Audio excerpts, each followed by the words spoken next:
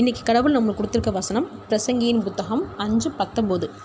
தேவன் ஐஸ்வர்யத்தையும் சம்பத்தையும் எவனுக்கு கொடுத்திருக்கிறாரோ அவன் அதிலே புசிக்கவும் தன் பங்கை பெறவும் தன் பிரயாசத்திலே மகிழ்ச்சியாக இருக்கவும் அவனுக்கு அதிகாரம் அளிப்பது தேவனுடைய அனுக்கிரகம். இந்த வசனத்தை கொண்டு கடவுள் நம்மகிட்ட என்ன சொல்கிறத பார்ப்போம். நம்ம எல்லாருமே ரொம்ப வசதியானவங்களை பார்த்தாலே சொல்கிற முதல் வார்த்தை அவங்களுக்கு என்னப்பா, அவங்க நினச்சது எல்லாமே ஒரு நிமிஷத்தில் வாங்குவாங்க, செய்வாங்க, பிறந்தா இப்படி பிறக்கணும்னு சொல்லுவோம். இந்த வசனத்தில் பார்த்தோம்னா எவ்வளவு கடவுள் அவங்கள ஐஸ்வர்யம் உள்ளவங்களாக வச்சாலும் அதில் அவங்க மகிழ்ச்சியாக திருப்தியாக சாப்பிட்டு நிம்மதியாக தூங்குறது எல்லாமே கடவுள் கொடுக்குற கிஃப்ட்டுன்னு சொல்கிறாங்க.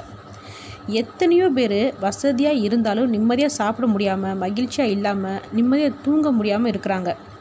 வியாதினாலேயோ இல்லை குடும்பத்தில் உள்ள பிரச்சனைனாலேயோ இல்லை தொழில் உள்ள பிரச்சனைனாலேயோ வசதி இருந்தும் சந்தோஷமாக அனுபவிக்க முடியாத நிலைமையில் நிறைய பேர் இருக்க தான் செய்கிறாங்க. அதனால் பணக்காரவங்களோ இல்லை ஏழ்மை உள்ளவங்களோ சந்தோஷமும் மன மகிழ்ச்சியும் ஆரோக்கியமும் நிம்மதியான தூக்கமும் கடவுள் யாருக்கு கொடுத்துருக்குறாரோ அவங்க தான் உண்மையாகவே ஐஸ்வர்யம் உள்ளவங்க. ஆமேன்.